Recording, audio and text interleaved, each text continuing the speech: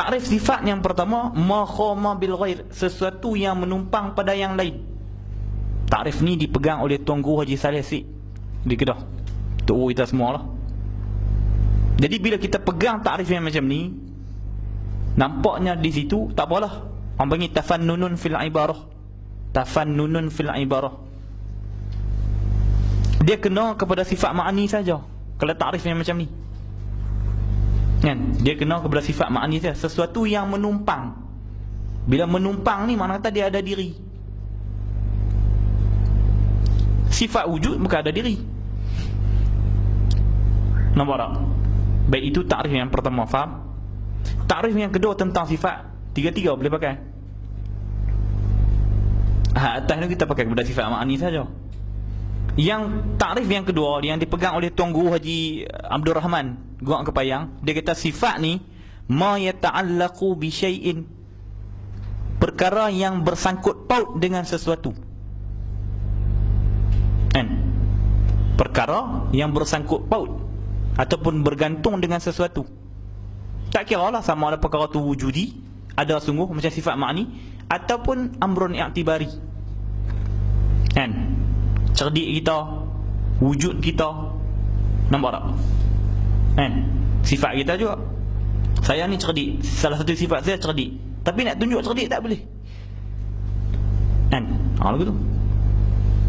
Antara salah satu sifat anta handsome. Kan? Cuba tunjuk handsome. Tunjuk kena kat gigi renyih kan. Kan? Lagi sifat kita boleh malah. Cuba tunjuk malah. Tak boleh tunjuk. Tapi sifat kita juga rajin. Rajin sifat kita. Cuba tunjuk rajin. Tak boleh tunjuk. Kan? Dia reti je. Penakut sifat kita juga. Mana? Kita orang melakukan tu penakut. Masa dia duduk seorang-seorang, dia jumpa hantu, lari. Kan? Tu. Baik. Itu takrif yang kedua. Ma yata'allaqu bi syai'in, sesuatu yang berkait ataupun bergantung dengan sesuatu. Takrif yang ketiga yang dipegang oleh Tuan Guru Haji Man Gua Kepayang almarhum dah, meninggal pada tahun 1995. Ma duna zat. Dia kata sifat ini ma duna zat, sesuatu yang lain daripada zat. Sifat. Nampak? Di antara tiga-tiga takrif tu, faham saya? Boleh faham? Ana cenderung ketiga-tiga pendapat lah kan? Tapi yang lebih anda nampak lebih kemahnya dua takrif yang di bawah tu, ma yata'allaqu bi syai' ataupun ma duna zat. Ini pegangan Tuan Guru Haji Man Gua Kepayang. Nampak? Sebab tu kita, poin dia, sebab tu kita tak boleh kata mustahil ni sifat Allah. Siapa yang i'tiqad kafir, wal'ayazubillah min zalik. Jangan buat main. Siapa yang i'tiqad Allah Ta'ala ada sifat mustahil, orang tu kafir, wal'ayazubillah min zalik. Ni bab akidah ni, hak ni yang syaitan marah sangat kita ngaji. Sebab dia dua topik tu, hang Islam ataupun kafir, wal'ayazubillah min zalik. Sebab tu ulama tekan sungguh kita mengaji ilmu sifat 20 ni. Nak tahu tentang Allah ni, fa'lam annahu la ilaha illallah Ar-Rahman fas'al bihi khabira. Allah Ta'ala dalam surah Al-Furqan ayat 59. Tu dalil mengaji tauhid. Ar-Rahmanu fas'al bihi khabira. Surah Al-Furqan ayat 59. Tu. Sebab kita nak kenal siapa Allah Ta'ala ni. Kenal Allah Ta'ala dengan apa? Kita pasal jumpa Allah berapa kali? Kita kenal Allah dengan apa? Kita pasal jumpa Allah. Allah Ta'ala ada? Ada. Panggil dia mai. Macam mana? Mujahid pernah jumpa? Tak pernah. Habis itu tahu mana kata ada? Ada alam ni. Ahsan. Alam ni duk mak kanda. Haimar tu duk bang. Allah Tuhan. Kan? Alam ini menjadi bukti kita Allah Ta'ala ada gunung Riang tu duk bang itu. Kalau orang Kedah. Kalau di Kelantan gunung apa ada Ustaz? Kan? Awak pokok nyok tu duk bagi tahu kita. Kata Allah Ta'ala tu ada. Bulan duk bagi tahu kita. Matahari duk cerita kita. Tak. Kita kenal Allah dengan jalan sifat. Bukti kata Allah Ta'ala ada perubahan yang berlaku pada alam ini. Memang pokok pisang tu tak cerita kat aku, nampak tak? Tetapi perubahan yang berlaku kepada pokok pisang tu menjadi dal, menjadi bukti kata Allah Ta'ala tu ada. Jawab paling keras ni, apa bukti Allah Ta'ala ada? Aku ada, hang ada, kamu ada dan saya ada. Perubahan yang berlaku dalam hidup kita, ada kalanya kita sakit, ada kalanya kita sihat, menunjuk bukti bahawa diri kita ni dikuasai.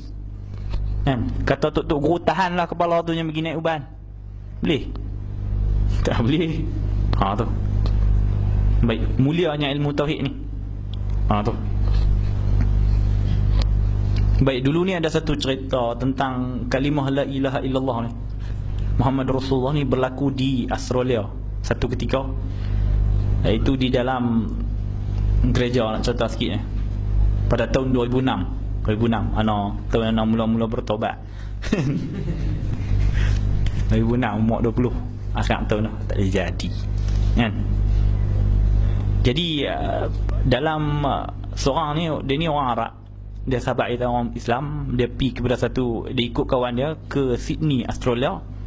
Dan kawan dia tu beragama Kristian Katolik kalau tak silap. Cerita ni betul-betul berlaku. Jadi tiba-tiba hari tu hari Ahad, dia ikut kawan dia pergi gereja. Lepas tu mereka nak mulakan upacara mereka. Jadi padri tu tahu, kata ada orang yang orang Muslim, kan, dalam gereja. Jadi padri tu kata, you can go out lah, kan, bahasa Kedah, kan, boleh keluar, kan, kami nak mula upacara. Dia tu pun makik jalan-jalan. Sebelum hang nak bangun, kan, before you going out, kan, aku nak tanya hang beberapa soalan, kan. Lepas tu gaya orang Arab tu nak makik, dia tanya 9 perkara. Dan kesemua 9 perkara tu, nak ringkas cerita, orang Arab tu boleh jawab. Tiba-tiba orang Arab tu kata, hang dah tanya aku 9 perkara, aku nak tanya hang satu perkara. Padri tu jadi gelabah, kan.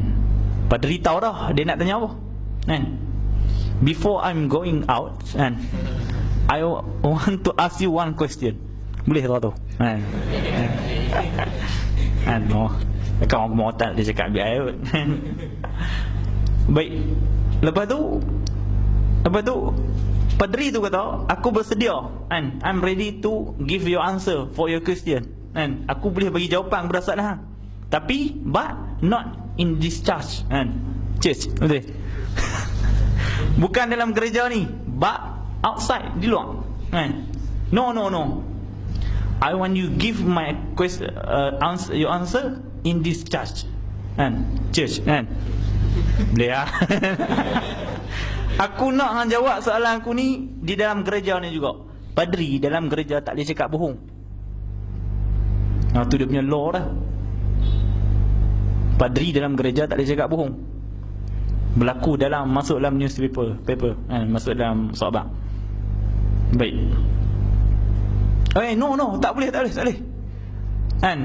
Lepas tu orang pun jadi duduk bertengkar antara padri dengan orang Islam saudara kita ni. Jadi bising. Loh, suruh dia keluar, kan. Duduk bising. Nak tanya soalan, ada tak puas hati, tak boleh, kan. Allah, hang dah tanya 9 soalan, bagilah satu peluang kat kawan ni. Lepas tu mereka duk tolak dah. Mereka duk tolak bagi orang Arab ni keluar. Orang Arab tu tak mau keluar. Lepas tu dia tanya terus soalan kepada padri tu, kan. Mereka duk keluar. Mengapa kami nak buat upacara kami ni, kan. Tak lagi lah sembang di luar, lebih kurang tu, kan. Lepas tu dia tanya terus soalan tu. Dia tanya terus satu soalan kepada padri tu. Dia tanya, apa soalan dia? What the key to the heaven? And what the key to the heaven? Apakah kunci untuk masuk syurga? Orang duk tolak dia keluar terus. What the key to the heaven? What the key to the heaven? Apakah kunci untuk masuk syurga? Apakah kunci untuk masuk syurga? Lepas tu orang ramai pun nak tahu, kan. Jangan dia keluar, kita suruh padri jawab dulu. Father, give your answer, kan. Bagi jawapan. Padri tu jadi rimah Allah. Lepas tu orang bekat bangun, suasana lebih tu. Tragedi itu berlaku lebih kurang tahun 2006, dan orang yang ada dalam gereja tu 3,000 orang. 3,000 orang. Depa nak laksanakan upacara depa yang kita solat tu. Solat untuk orang Islam kan. Tu. Baik, perkataan ni kita kena jaga. Kita kena jaga. Kan, kita mengaji agama kena jaga. Kena ambil cakna bab-bab perkataan ni.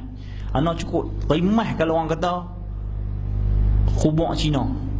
Dia panggil khubuk, panggil jirat. Kan? Tu depan tu ada khubuk Cina mampu. Cina dah mampu dah. Kan? Dia buat khubuk pula. Khubuk ni perkataan Al-Quran, jaga baik-baik. Depan tu ada khubuk Kristian, bukan khubuk, jirat. Depan tu jerat Kristian. Jirat, tahu jirat? Kan?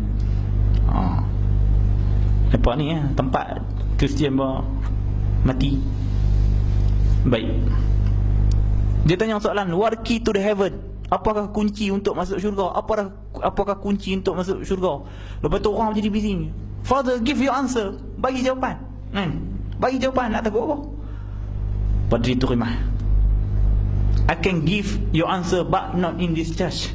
Outside. Aku boleh bagi jawapan tapi bukan dalam gereja ni. Di luar lah orang yang tak faham-faham ni. Khibit kan. No.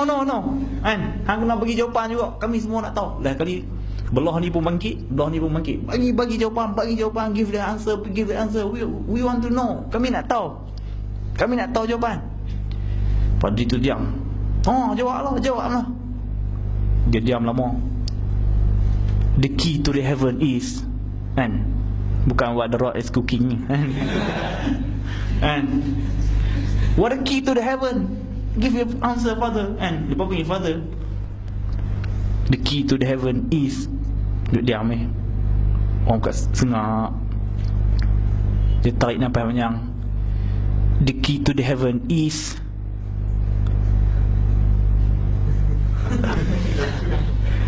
La ilaha illallah Muhammadur Rasulullah. Lepas tu this is the answer, and this is true. Itulah jawapannya. The key to the heaven is La ilaha illallah Muhammadur Rasulullah. Betul. So, dalam gereja tu jadi diam. Macam mana orang boleh bagi tahu kata the key to the heaven is La ilaha illallah Muhammadur Rasulullah? Jadi selama ni kami macam mana? Bapak-bapak kami dulu macam mana? Macam mana hang tahu dah kata the key to the heaven is La ilaha illallah Muhammadur Rasulullah? Dia kata sebab the Prophet Muhammad and sallallahu alaihi wasallam was tell us, and Nabi Muhammad sallallahu alaihi wasallam telah bagi tahu kepada kita kunci untuk masuk syurga ialah La ilaha illallah Muhammadur Rasulullah. Lepas tu dia habaq bahawa sebenarnya aku pun bercita-cita akhir hidupku aku nak mati dengan La ilaha illallah Muhammadur Rasulullah. 3,000 orang di dalam gereja di Sydney, Australia telah masuk Islam. Alhamdulillah. Nampak betapa mahalnya kalimah La ilaha illallah ni menjadi kunci untuk masuk syurga. Dan di dalam kalimah La ilaha illallah tu yang kita mengaji ni terkandung aqaidul iman. Faham tu? Itu cerita dah. Wallahu a'lam. Mudah-mudahan kita semua dapat menuturkan kalimah syahadah. Kalimah syahadah ini akhir hayat kita semua. InsyaAllah, amin. Wallahu a'lam.